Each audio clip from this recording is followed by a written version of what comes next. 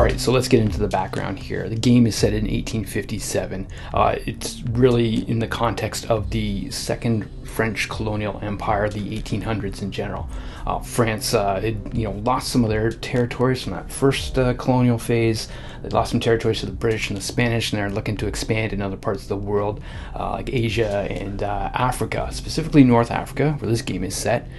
This is a region where the Ottoman Empire was kind of starting to wane here. It's right across the water, right across the Mediterranean from France, so they set their eyes on that because the Ottoman Empire, they really couldn't control the land that much. This was the sick man of Europe, was also the not too healthy dude of Africa, so French thought this is an opportunity to grab up some more land.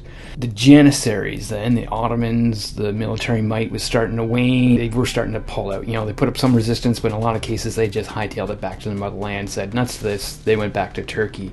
One fighter in particular, though, Abd al-Qadir, he was a Muslim scholar, military leader. He declared jihad against the French, but he ultimately surrendered in 1847.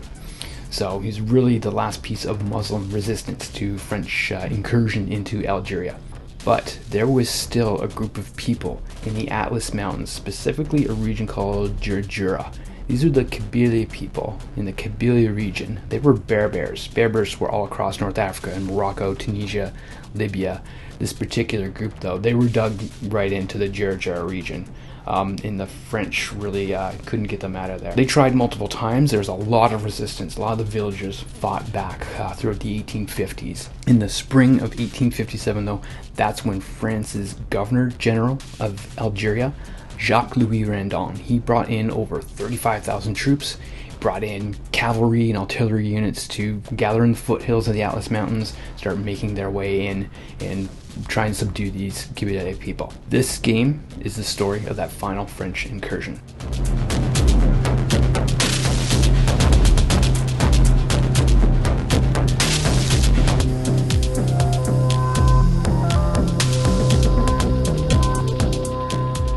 Lala Fatma N'Soumer was born in the village of Ourja.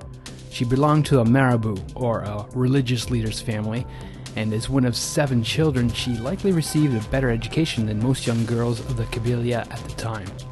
She pushed back against her arranged marriage as she was betrothed to a man at the age of 15 by her family. Her husband refused to divorce, so she renounced a married life and chose to serve God, became somewhat of a spiritual leader in the community. This act of defiance showed the rebellious spark that would help her face off against the French in the years to come. When the French armies first ventured into the Kabylia regions in 1847, Fatma would have just been in her late teens. The resistance fighters at the time were led by Sheriff Bou Baglia, who was aware of Fatma's fighting prowess along with her regard as a young spiritual leader. In 1854, Fatma, along with her brother Tahar, assembled a fighting force to defend the villages against the incoming 12,000 French troops. This required the women of the villages to come together under Fatma's leadership and participate in the battles. They also took to binding some of the male villagers' legs so they wouldn't retreat and instead stayed to fight. After 2 days of fighting, the French withdrew their troops to the sound of ululating Kabylia women as the backdrop to their retreat. They would not return for another 3 years, during which time Boubalia passed away, and the leadership vacuum was ultimately filled by Fatma. In 1857, the French returned, with twice the number of troops as the previous encounter, along with 10,000 mules and artillery. Despite the French forces being divided up and approaching in reduced numbers from 3 strategic entry points into the mountain regions, the Kabylia people were heavily outnumbered in each battle.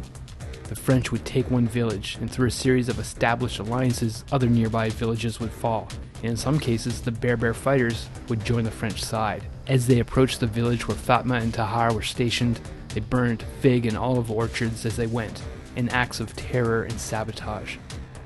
On July 11th, 1857, the final village fell, and with that, Fatma and her brother were captured. With their leader imprisoned, resistance in the region all but ceased. Fatma remained under house arrest until her death in 1863 at the age of 33. She became known as the Joan of Arc of Gergera by both the Algerians and the French. Her ashes were later transferred to a place of prominence in El Alia Cemetery in 1994. She remains a national icon in Algeria to this day.